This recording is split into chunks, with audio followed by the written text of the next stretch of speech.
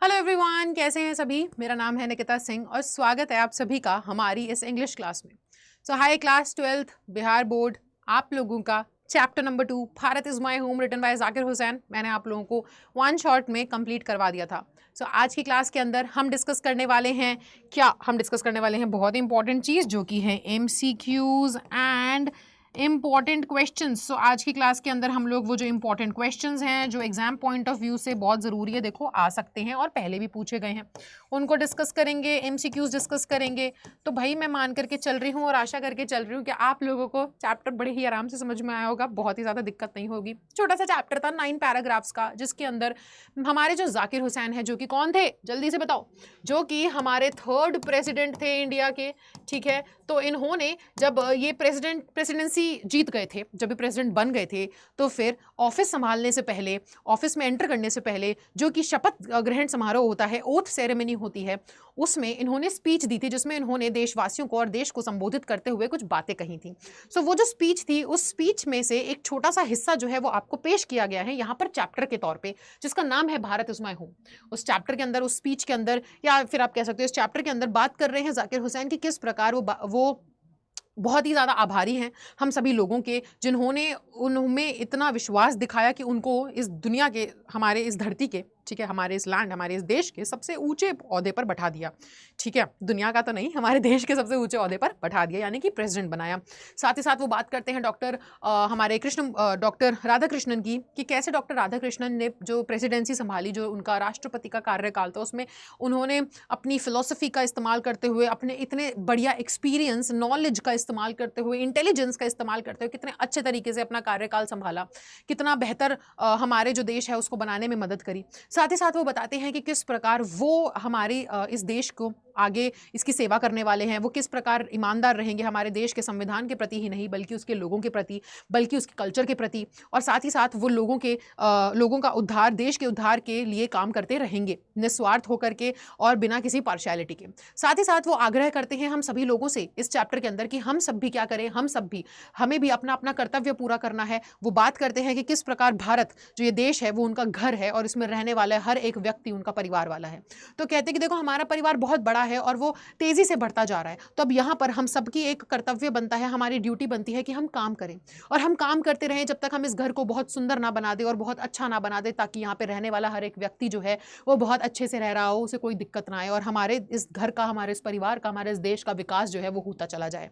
ठीक है, तो वो यही बताते हैं, वो कहते हैं पास्ट जो है हमारा मरा नहीं है, हमारा पास्ट आज भी जिंदा है और आज भी बदल रहा है ना, और उसी पास्ट को हमें ढाल बना करके अपने आज के हमारा वर्तमान, और हमने हमारा जो फ्यूचर है उसको हमें डिसाइड करना है। हमारा वर्तमान भी डिपेंड करता है हमारे पास्ट पर, और फ्यूचर में आगे क्या होगा वो भी हम पास्ट से सीख सकते हैं। हमारा पास्ट जो है वो मरा और स्थिर नहीं है, बल्कि वो बदल रहा है और आज भी जिंदा है। फिर वो बात करते हैं कि हमें ना उसी पास्ट की मदद से हमें काम करते रहना है अपने ऊपर भी, और हमें 2 तरीके से काम करने हैं। हमें हमारे देश को अगर आगे लेकर के जाना है तो देश आगे तभी बढ़ेगा जब देश के लोग आगे बढ़ेंगे, उनका विकास होगा। वो बोलते हैं कि हमें 2 तरीके से काम करना है, हमें काम करना है अपने ऊपर, एक स्वयं के ऊपर हमें काम करते रहना है निरंतर, और साथ ही साथ हमें उसी निरंतर हमें अपने उसी डेडिकेशन और डिटर्मिनेशन के साथ हमें काम करना है समाज के ऊपर, क्योंकि एक इंसान जो है वो अकेला नहीं बल्कि समाज जो है ना, समाज के बीच में रहता है, तो हमें अपने एनवायरनमेंट, अपने सराउंडिंग्स पे भी काम करना है। ठीक है, वो इस तरीके से अपना खुद का कर्तव्य बताते हैं और वो बताते हैं हमारा क्या कर्तव्य है, और इस तरीके से चैप्टर जो है वो खत्म होता है। ये चैप्टर हम लोगों ने ऑलरेडी पढ़ लिया। अगर कोई नया बच्चा है बेटा, तो ये तो समरी थी, आप डिटेल एक्सप्लेनेशन के लिए पुरानी वीडियो देखिए जिसमें मैंने डिटेल में पढ़ाया है ये चैप्टर। ठीक है, आज की क्लास में अपन क्या करने वाले हैं, आज की क्लास में हम लोग करेंगे MCQ, और साथ ही साथ इंपॉर्टेंट क्वेश्चंस जो हैं इनको डिस्कस करेंगे। साथ ही साथ ना एक थोड़ा सा मैं आप लोगों के लिए ट्रू और फॉल्स भी लेकर के आई हूं, तो हम लोग ट्रू और फॉल्स वाले क्वेश्चंस भी करेंगे। ठीक है, चलो तो करते हैं शुरू। सबसे पहला क्वेश्चन जो है वो ये है, द पास्ट इज, तो वो क्या कहते हैं, पास्ट क्या है। पास्ट मर चुका है और स्टैटिक यानी कि स्थिर है। पास्ट जो है वो जिंदा है और डायनामिक यानी कि बदल रहा है। पास्ट यूजफुल है ही नहीं, यूजलेस है, किसी काम का नहीं है, या फिर बहुत ही खतरनाक है, हार्मफुल है। अब आप बताइए कि क्या इस चैप्टर के अंदर कहा गया ना, पास्ट इज व्हाट, हमारा जो भूतकाल है वो क्या है। आप लोग जल्दी जल्दी से कमेंट करके बताओ। ठीक है, क्या होना चाहिए यहाँ पर करेक्ट आंसर। आपके सामने 4 ऑप्शंस हैं, option A, option B, option C और ऑप्शन डी। ठीक है, चलो सो क्या होगा यहाँ पर करेक्ट आंसर? बहुत आसान है बेटा, थोड़ा सा ना यहाँ पे बच्चे कंफ्यूज भी हो रहे होंगे, बहुत इजी सा है, ठीक है। तो ध्यान से अगर सेंटेंस पढ़ोगे ना तो आपको खुद ही समझ में आ जाएगा।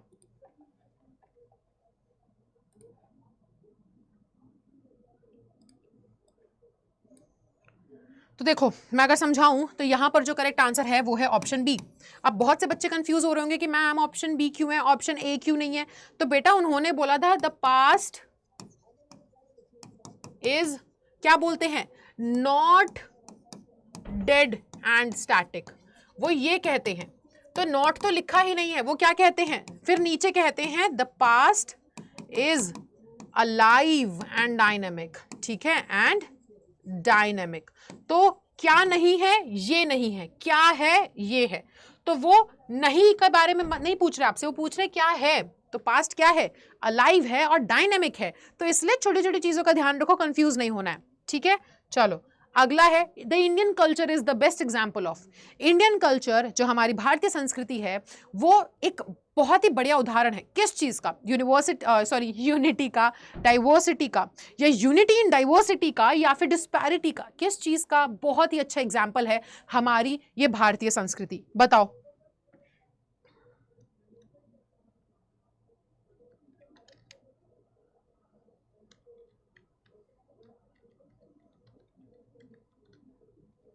जल्दी जल्दी से आंसर कर दो कमेंट सेक्शन में।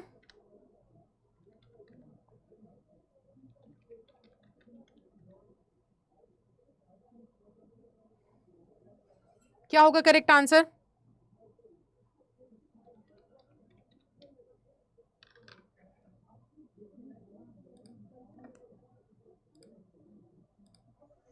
तो यहाँ पर सही जवाब है कि हमारा जो इंडियन कल्चर है वो बहुत अच्छा एग्जाम्पल है किस चीज़ का, कि डाइवर्सिटी, यानी कि विभिन्न जो हम अलग अलग जात पात से, भाषा से जो लोग हैं, फिर भी हमारे अंदर एक एकता है।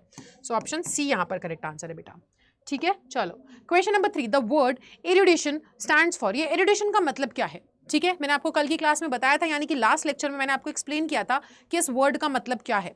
सो आप लोग बताओ what does this word stand for, इसका मीनिंग क्या है? Poverty, great knowledge, prosperity, greed. Poverty गरीबी, ग्रेट नॉलेज यानी कि बहुत ही ज्यादा अच्छा ज्ञान है आपको किस चीज के बारे में, प्रोस्पैरिटी समृद्धि होता है, ग्रीड होती है लालच। सो क्या होगा यहाँ पे करेक्ट आंसर? बताएं जल्दी जल्दी से, सभी बच्चे आंसर कर दें, ठीक है। क्या होना चाहिए करेक्ट आंसर यहाँ पर? बोलो भाई।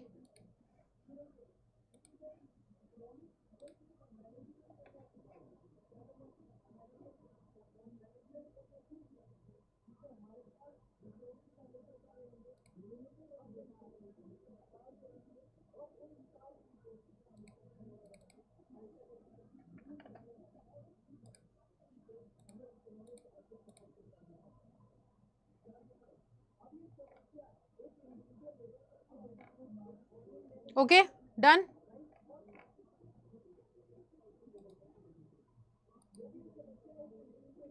चलो सो यहाँ पर जो करेक्ट आंसर है वो एरुडिशन का मतलब होगा option number B, great knowledge, ठीक है। इसका करेक्ट आंसर होगा ये।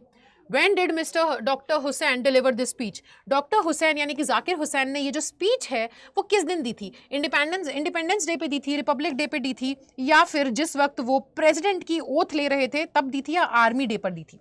बहुत आसान है बेटा ये, आप जल्दी से आंसर करें इसका, क्या होना चाहिए सही जवाब?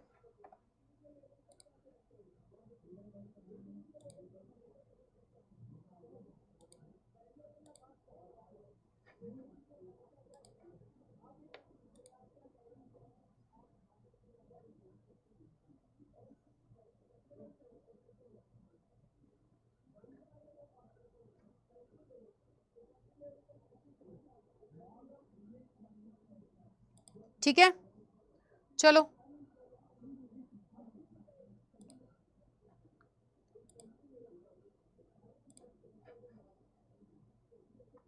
बहुत आसान है, when he took oath of the president. ये स्पीच कब दी गई थी? जब उन्होंने प्रेसिडेंट के तौर पर शपथ ग्रहण कर रहे थे वो।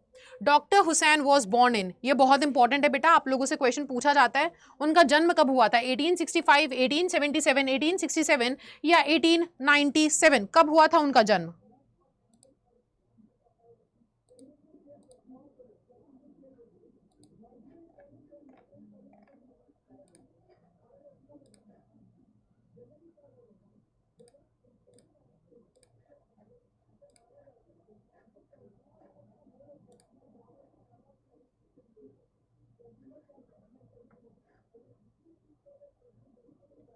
Okay done. सो यहां पर करेक्ट आंसर है 1897, इनका जन्म हुआ था 1897 में। चलिए question number 6, doctor Zakir Hussain died in, उनकी मृत्यु कब हुई थी? बहुत इंपॉर्टेंट है। और एक और क्वेश्चन आप लोगों से आ सकता है कि उन्होंने ऑफिस जो है, प्रेसिडेंट का ऑफिस जो है वो कब से संभाला, किस समय में वो प्रेसिडेंट बने थे, कौन सा साल था वो, ये भी आ सकता है। तो ये ना इनका मृत्यु और किस साल में वो प्रेसिडेंट बने, ये दोनों बहुत ही आसपास के सवाल हैं। ठीक है, तो आप इसका आंसर कीजिए। तो देखो डॉक्टर जाकिर हुसैन की जो डेथ हुई थी वो हुई थी 1969 में। और हुआ क्या था कि प्रेसिडेंट का ऑफिस यानी कि प्रेसिडेंट बने थे वो 1967 में, है ना। सो एक्चुअल में यहां पर सही जवाब है 1969। तो इनके ना प्रेसिडेंट बनने के 2 साल बाद ही इनकी क्या हो गई थी, इनकी डेथ हो गई थी। सो ये चीज थोड़ा याद रखना, आपस में कनेक्टेड है ये दोनों बातें। ठीक है, चलो। Doctor Zakir Hussain was born in, कहां पर जन्म हुआ था? दिल्ली, कर्नाटका, चेन्नई या हैदराबाद? बताओ, जल्दी जल्दी से आंसर कर दो इसका। उनका जन्म कहां पर हुआ था?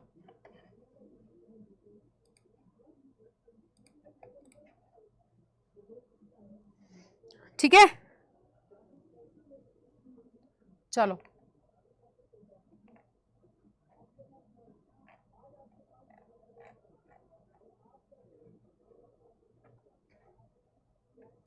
Okay done. So option number D is the correct answer, Hyderabad में उनका जन्म हुआ था। चलिए अगला, अर्लियर ही हैड सर्व्ड एज, तो प्रेसिडेंट बनने से पहले वो क्या कर रहे थे? गवर्नर थे बिहार के, चीफ मिनिस्टर थे पंजाब के, गवर्नर थे वेस्ट बंगाल के, या फिर असम के गवर्नर थे? बताओ भाई। सो यहां पर क्या होना चाहिए करेक्ट आंसर? अर्लियर वो क्या कर रहे थे? अर्लियर ही had served as what? So बहुत आसान है भाई, तुम लोग को तो पता होना चाहिए, बिहार बोर्ड से हो, गवर्नर ऑफ बिहार, वो बिहार के गवर्नर रह चुके थे प्रेसिडेंट बनने से पहले। चलिए, डॉक्टर राधाकृष्णन एक्सप्लेन्ड एक्सेप्शनली, ठीक है, तो डॉक्टर राधाकृष्णन ने किस तरीके से, अद्भुत तरीके से क्या चीज उन्होंने एक्सप्लेन की थी? Indian economics, Indian philosophy, Indian politics, Indian civilization? बताओ, बहुत आसान है, आसानी से जवाब दे सकते हो इसका। क्या होना चाहिए करेक्ट आंसर?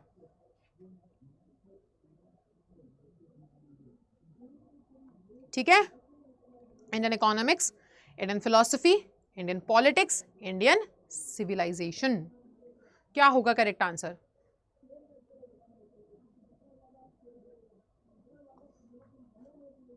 ठीक है, सो यहां पर Indian philosophy is the correct answer. चलो, लास्ट क्वेश्चन है एमसीक्यू का। Doctor Zakir Hussain entered the office with, जब उन्होंने, कौन सा ऑफिस भाई, कहां, कौन से दफ्तर जा रहे थे वो? प्रेसिडेंट के ऑफिस में। उन्होंने किस चीज के साथ एंटर किया?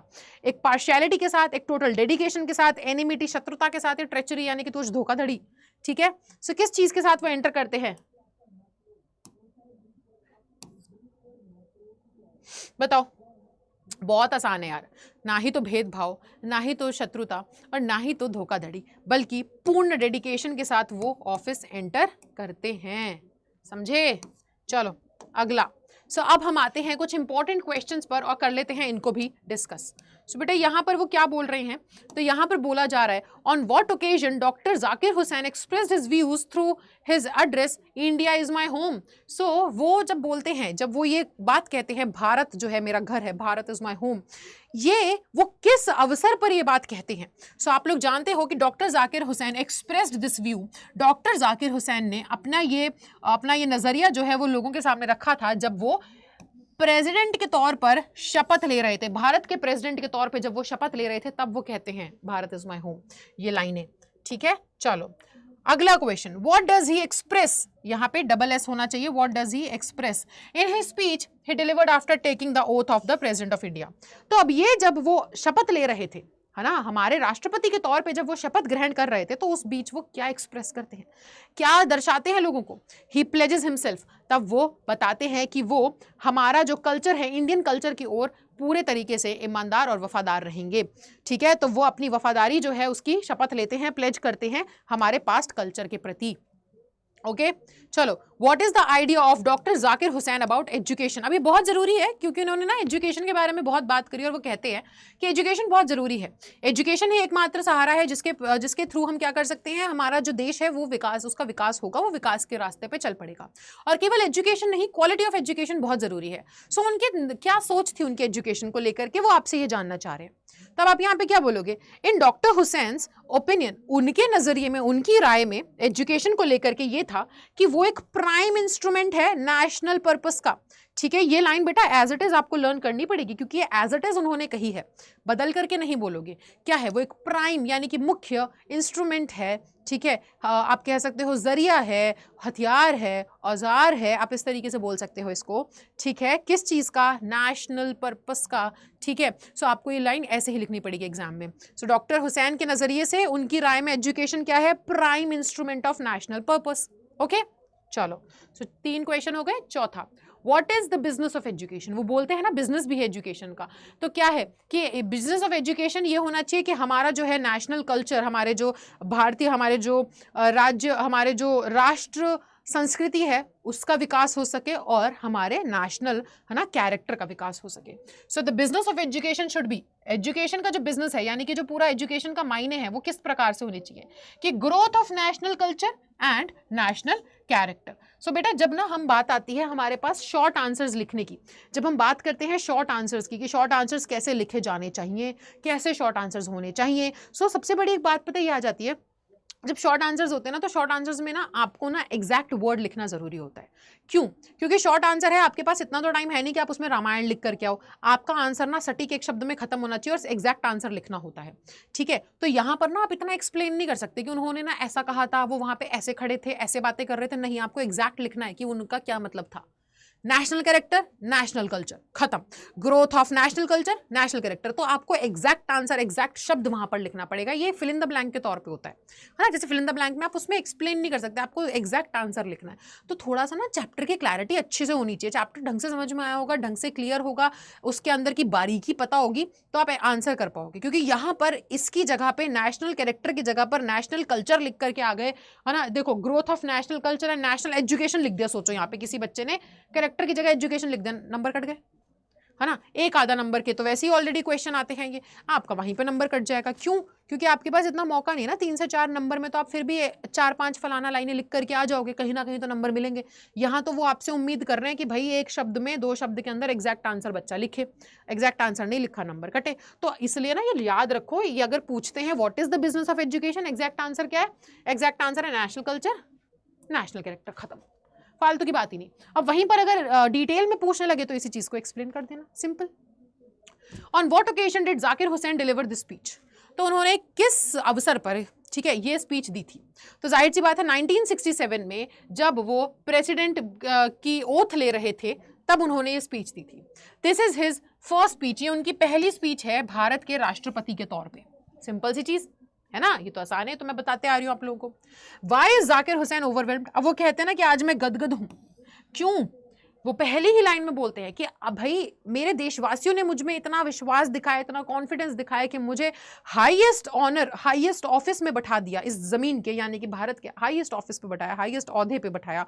तो उसको देख करके, इतना विश्वास आपने मुझ में दिखाया, ये देख करके आज मैं ओवरवेल्म्ड हूँ। सो यही आप लिखोगे, he is overwhelmed by the trust. वो किस चीज से ओवरवेल्म्ड है? ये देख करके कि उनके लोगों ने ही उनके अंदर इतना भरोसा दिखाया कि उनको, है ना, किस चीज के लिए, हाईएस्ट ऑफिस इन द कि हमारे ये जो भारत है उसके सबसे ऊंचे ओहदे पर उनको बैठा दिया। इस भरोसे को देख करके वो आज ओवरवेल्म्ड है। ठीक है, वो तो फर्स्ट लाइन में लिखा है, आप लोगों को पता होगा।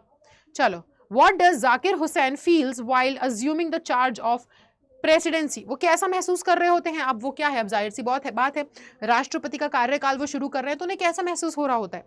तो देखो, Zakir Hussain feels greatly obliged, वो काफी ज्यादा क्या होते हैं, काफी ज्यादा शुक्रमंद होते हैं उनके लोगों के, उनके देश के लोगों के, और वो जो ऑफिस है उसके अंदर कदम रखते हैं एक ऐसे जज्बे के साथ कि वो बहुत ही विनम्रता के साथ, विनम्रता के जज्बे के साथ और पूरी टोटल डेडिकेशन के साथ वो ऑफिस में कदम रखते हैं। यानी कि अब वो बोल रहे हैं कि उन्हें कैसा महसूस हो रहा होता है प्रेसिडेंट बनने के बाद। तो सबसे पहली बात तो वो बहुत ज़्यादा शुक्रमंद होते हैं, शुक्रगुजार होते हैं लोगों के, और दूसरी बात वो ना पूरे इस जज्बे के साथ कि मैं पूरे टोटल डेडिकेशन के साथ काम करूँगा और पूरी विनम्रता के साथ काम काम करूंगा, इसके साथ वो अपना कार्यकाल शुरू करना चाह रहे होते हैं ऑफिस में, ऐसा वो कुछ कहते हैं अपनी स्पीच में भी। तो ये आप आंसर लिखेंगे, ठीक है, क्लियर है।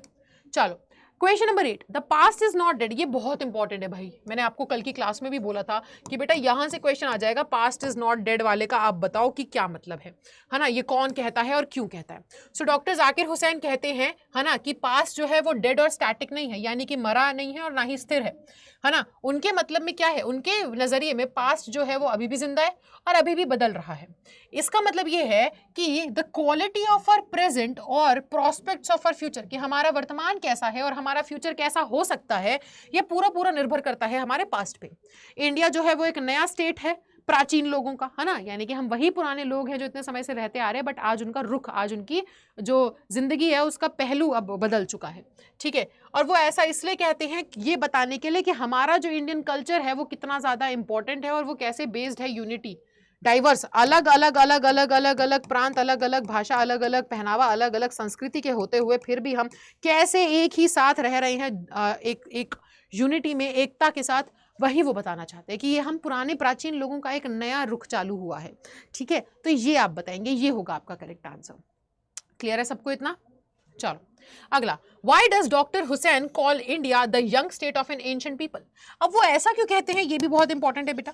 वो ऐसा क्यों कहते हैं कि जो भारत है वो ना प्राचीन लोगों की एक नया स्थिति है। तो देखो डॉक्टर हुसैन बोलते हैं कि भाई यंग स्टेट है, ये नई स्थिति है प्राचीन लोगों की।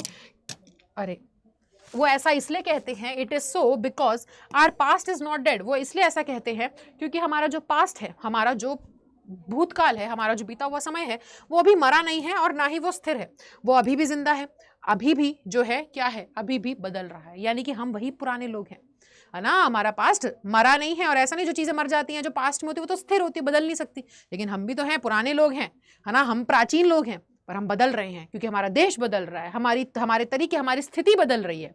तो हम वही पुराने लोग हैं पर हम मरे नहीं हैं। हमने आज भी वो पुरानी अपनी कल्चर हमारे दिल में जिंदा है, आज भी हमारी वो पुरानी संस्कृति हमारे दिलो दिमाग में जिंदा है, और बस हम जो है हम उसको लेकर के साथ चल रहे हैं, और वो आज भी जिंदा है और वो स्थिर नहीं है, वो बदलती जा रही है हमारे साथ, ठीक है। सो वो यही बताना चाह रहे हैं, we can make our future on the basis of our ancient people's blessings. हम अपना जो भविष्य है उसको बनाएंगे हमारे पुराने लोगों के आशीर्वाद से, ठीक है। तो वो ये बोलना चाहते हैं यहाँ पर। क्लियर है इतना सभी को? जल्दी से बताओ, किसी को कोई प्रॉब्लम तो नहीं है बेटा? कोई प्रॉब्लम है तो आप लोग कमेंट सेक्शन में पूछ सकते हो, ठीक है। और डेली आप लोगों की क्लास जो है वो शाम को 8 बजे तो हो ही रही है, जैसे कि मैंने आप लोगों को बताया है, बिहार बोर्ड की क्लास जो है वो शाम 8 बजे होती है ना। सो इसके लिए जो है आप लोग तैयार रहा करें, बिहार बोर्ड 8 PM। सो इसके लिए तैयार रहा करो क्लास के लिए, ठीक। चलो आगे बढ़ जाते हैं। 10th question, what did Zakir Hussain pledge himself to. वो किस चीज़ की शपथ लेते हैं? Doctor Zakir Hussain pledge himself, वो किस बात की कि भाई वो लॉयल रहेंगे हमारे पास्ट कल्चर पर, भारत की पुरानी जो संस्कृति है उसके प्रति वो एकदम वफादार रहेंगे। वो प्लेज करते हैं कि वो पूर्ण रूप से भारत की जो संस्कृति है उसका पूर्ण रूप से सेवा करेंगे। वो साथ ही साथ शपथ लेते हैं कि वो वफादार रहेंगे हमारे देश के प्रति, बिना इस बात से प्रभावित हुए कि कौन सा क्या रिलीजन है, क्या लैंग्वेज है। साथ ही साथ वो कहते हैं कि पूरा उनका भारत जो है वो उनका घर है, और साथ ही साथ उसमें रहने वाले जो लोग हैं वो उनके फैमिली मेम्बर्स हैं, और वो शपथ लेते हैं कि वो उन फैमिली मेम्बर्स यानी कि जो लोग हैं देश के देशवासियों के प्रति उनके हित में काम करते रहेंगे।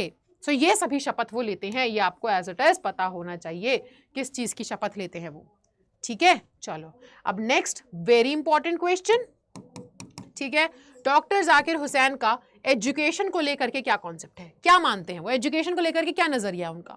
सो देखो डॉक्टर जाकिर हुसैन के हिसाब से एजुकेशन प्राइम इंस्ट्रूमेंट है फॉर नेशनल पर्पस। ये देखो ये बहुत इंपॉर्टेंट है, की वर्ड है ये, जो मैं हमेशा बताती हूँ ना कि एक आंसर को लिखने के लिए कुछ ऐसे की फ्रेजेस, की वर्ड्स होते हैं, यानी कि एक ऐसे मुख्य शब्द होते हैं जिनका इस्तेमाल करोगे तो आंसर बन जाएगा पूरा, मतलब पूरा आंसर तुम लिख लो, है ना। एक बच्चा जो है वो आंसर शीट में क्या करता है, वो आंसर शीट में पूरा ऐसे ऐसे ऐसे ऐसे ऐसे ऐसे ऐसे ऐसे पूरा आंसर लिखाएगा, लेकिन कुछ ऐसे मुख्य शब्द होते हैं जो अगर उस आंसर में लिखे हुए हैं तो ही आपका आंसर पूर्ण रूप से सही बनता है, ठीक है। तो ये जो इंपॉर्टेंट वर्ड्स है ना, इन्हीं के बारे में मैं बात कर रही हूँ कि ये जो इंपॉर्टेंट वर्ड्स आप बीच बीच में आंसर में लिखते हो ना, ये इंपॉर्टेंट होता है, टीचर इसी को ढूंढ रहा होता है, कि भाई इसने ना आंसर में बाकी चीजें तो लिखी हैं, बट क्या ये इंपॉर्टेंट बातें लिखी हैं जो कि होनी चाहिए? अगर ये भी लिखी हैं तब पूर्ण रूप से जाकर के 10 में से 10 नंबर मिल जाएंगे आपके आंसर के, वरना आपने ये मिस कर दी, ये इंपॉर्टेंट चीजें मिस कर दी, बाकी सब लिखा है तो कहीं ना कहीं 7 8 नंबर 10 में से मिलते हैं एक आंसर के। ठीक है, तो यही वो कीवर्ड्स हैं। जब आप लिख रहे हो तो फिर आप एजुकेशन के बारे में बात कर रहे हो, तो उन्होंने एजुकेशन को कैसे संबोधित किया था? उन्होंने कहा था कि वो प्राइम इंस्ट्रूमेंट है हमारे नेशनल पर्पस का, है ना। साथ ही साथ आप क्या वो बोलते हैं कि उनको सबसे ऊंचे ओहदे पर रखा गया है। क्यों? क्योंकि वो एजुकेशन के साथ उनका बहुत लंबा रिश्ता रहा है ना, एजुकेटेड है तभी यहां तक पहुंच पाए। ठीक है, क्लियर? चलो अब आते हैं हम कुछ ट्रू और फॉल्स पे, और इन ट्रू फॉल्स को कर लेते हैं बेटा। सब ट्रू फॉल्स में यहाँ पर क्या बोल रहे हैं? ट्रू फॉल्स में यहाँ पर वो बोल रहे हैं कि सबसे पहला आपके सामने स्टेटमेंट है, आपको बताना है ट्रू है या false. Doctor Radhakrishnan did not bring to the presidency a mental equipment and degree of erudition. Erudition का मतलब क्या है? ग्रेट नॉलेज, है ना। तो डॉक्टर राधाकृष्णन अपने कार्यकाल, अपने राष्ट्रपति के कार्यकाल के दौरान बिल्कुल भी नहीं लेकर के आए थे ज्ञान, है ना, ज्ञान और मेंटल इक्विपमेंट बिल्कुल भी नहीं लेकर के आए थे। क्या ये सच है? तो ये सेकंड पैराग्राफ में ये लिखा हुआ है डॉक्टर जाकिर हुसैन की स्पीच में कि वो तो बल्कि ये कहते हैं कि भाई डॉक्टर राधाकृष्णन एक बहुत बड़ा ज्ञान का स्रोत थे, और वो अपने ज्ञान, अपने इंटेलिजेंस, अपनी पूरे के पूरे अनुभव को लेकर के आए थे, और उन्होंने उसी का इस्तेमाल करते हुए बहुत बेहतरीन कार्यकाल जो था उनका रहा। यानी कि ये तो फॉल्स है ना, ये कही हुई स्टेटमेंट गलत है ना। So according to Zakir Hussain, doctor Radhakrishnan never lost his faith in the essential humanity of man. अब यहां पे लिखा हुआ है कि जाकिर हुसैन के हिसाब से डॉक्टर राधाकृष्णन ने इंसान के अंदर जो अच्छाई है उसमें कभी भी, अच्छाई और मानवता पे कभी भी क्या नहीं करा, कभी भी संदेह नहीं करा। वो मानते थे हमेशा से कि हर मानव के अंदर वो इंसानियत है, हर इंसान के अंदर वो मानवता आज भी जीवित है, कहीं ना कहीं है हर इंसान के अंदर। ठीक है, तो क्या ये सच है जाकिर हुसैन के हिसाब से? तो ये तो एकदम सच है ना, क्योंकि जाकिर हुसैन ने ये वाली बात बोली कि भाई हाँ, डॉक्टर राधाकृष्णन की एक बात थी कि वो इस बात में पूर्ण रूप से विश्वास करते थे कि हर इंसान में ह्यूमैनिटी है।